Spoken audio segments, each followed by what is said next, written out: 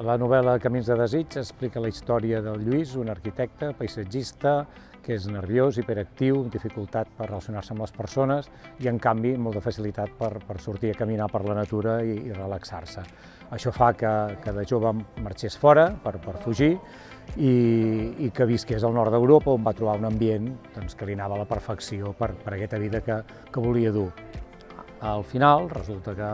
ha de tornar a conseqüència de la mort de la seva mare, i això fa que torni a Catalunya, a Reus, que és on havia nascut, retrobar-se amb la família, amb les germanes, amb els conflictes, les emocions que implica, i en acabat se'n va a caminar i torna a caminar per aquells paisatges i aquells territoris que havia deixat fa 40 anys, i té aquest doble diàleg a nivell de persona, no? dels sentiments que li genera retrobar-se amb amics o amb espais, i a nivell de territori, no? reflexionant com a paisatgista dels canvis que hi ha hagut a la nostra terra, especialment al sud de Catalunya, durant aquests darrers 40 anys.